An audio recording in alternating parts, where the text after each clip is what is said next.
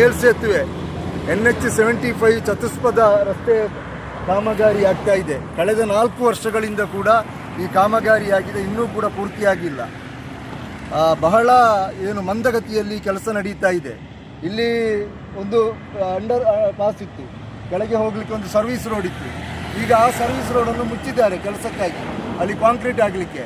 ಈಗ ಒಂದು ಸರ್ವಿಸ್ ರೋಡನ್ನು ಮಾತ್ರ ಇಲ್ಲಿ ಓಪನ್ ಮಾಡಿದ್ದಾರೆ. ಕಲ್ಲಡ್ಕ ಮತ್ತು ವಿಟ್ಲ ಕಡೆಯಿಂದ ಬರುವವರು, ಆಮೇಲೆ ವಿಟ್ಲ ಕಲ್ಲಡ್ಕ ಕಡೆಗೆ ಹೋಗುವವರು ಕೂಡ ಒಂದೇ ಸರ್ವಿಸ್ ರೋಡಲ್ಲಿ ಹೋಗಬೇಕು. ಈ ಸರ್ವಿಸ್ ರೋಡಲ್ಲಿ ವಾಹನಗಳು ತಿರುಗುವಾಗ ಈ ಫ್ಲೈಓವರ್ನಿಂದ ಬಹಳ ವೇಗವಾಗಿ ಬರುವಂತಹ ವಾಹನಗಳು, ಒಂದು ಹಂಪು ಕೂಡ ಇಲ್ಲ, ಯಾವುದೇ ಬ್ಯಾರಿಕೇಡ್ ಕೂಡ ಇಲ್ಲ, ಒಂದು ಸಿಗ್ನಲ್ ಕೂಡ ಇಲ್ಲಿ ಇಲ್ಲ. KNR ಕನ್ಸ್ಟ್ರಕ್ಷನ್ ಅವರು ಎಷ್ಟೊಂದು ಅವೈಜ್ಞಾನಿಕವಾಗಿ ಇಲ್ಲಿ ಕನ್ಸ್ಟ್ರಕ್ಷನ್ ಮಾಡ್ತಾ ಇದ್ದಾರೆ. ಬಹಳ ವೇಗವಾಗಿ ಇಲ್ಲಿ ವಾಹನಗಳು ಬರ್ತಾ ಇದೆ. ಆ ಕಡೆಯಿಂದ ಇಲ್ಲಿಗೆ ಹೋಗುವಂತಹ ಕಲ್ಲಡ್ಕ ಮತ್ತು ವಿಟ್ಲಕ್ಕೆ ಹೋಗುವಂಥ ವಾಹನಗಳು ಬಲಕ್ಕೆ ತಗೊಳ್ಳುವಾಗ ಇಲ್ಲಿಂದ ವೇಗವಾಗಿ ಬರುವಂಥ ವಾಹನಗಳು ಅವರಿಗೆ ಗೊತ್ತಾಗ್ತಾ ಇಲ್ಲ. ಬಹಳ ಅಪಾಯಕಾರಿಯಾಗಿದೆ.